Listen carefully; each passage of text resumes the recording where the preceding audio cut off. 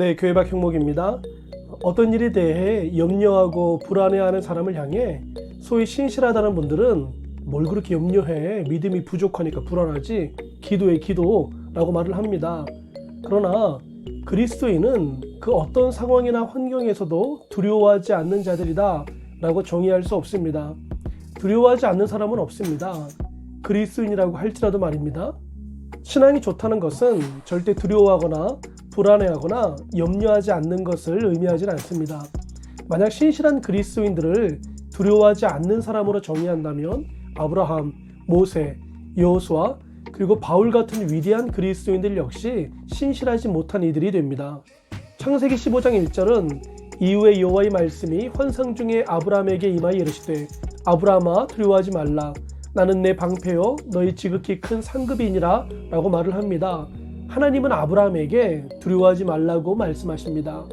민수기 21장 34절은 여호와께서 모세에게 이르시되 그를 두려워하지 말라 내가 그와 그의 백성과 그의 땅을 내 손에 넘겼나니 너는 헤스본에 거주하던 아모리인 왕 시온에게 행한 것 같이 그에게도 행할지니라 라고 말을 합니다.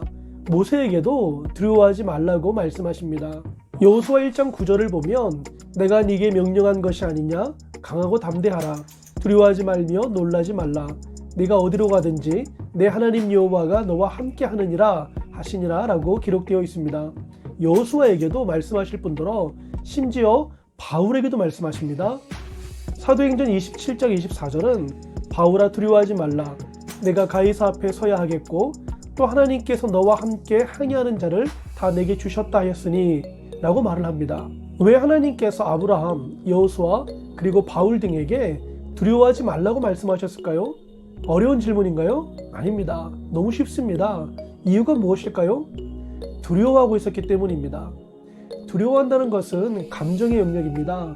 어떤 상황에 대해 내 안에서 의지와 상관없이 자연스럽게 일어나는 감정이니 내가 그 감정을 어찌할 수는 없습니다. 그런데 내가 조종할 수 없는 감정의 영역에 대해 왜 하나님은 두려워하지 말라라며 조종할 수 있을 것처럼 말씀하실까요?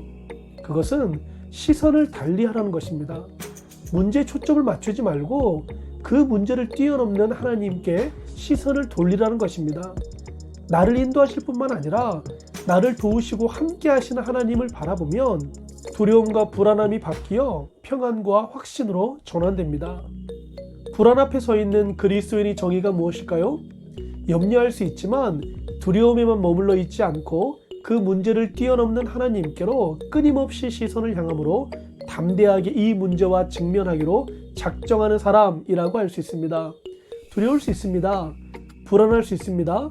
우린 신이 아닙니다. 로봇이 아닙니다. 사람이니 지극히 당연합니다. 그러므로 이것으로 그의 신앙 수준을 판단해서는 안 됩니다. 그러나 두려움에만 빠져 있어서 늘 우울한 상태로 있는 것은 바람직한 그리스도인의 태도가 아닙니다. 그리스도인은 두려움과 불안함에 매몰된 채로만 머물 수 없습니다. 그것은 불가능합니다. 하나님을 바라보는 사람이기 때문입니다. 저 역시 최근에 아무것도 하지 않고 있는 나의 모습에 불안하고 염려했었습니다.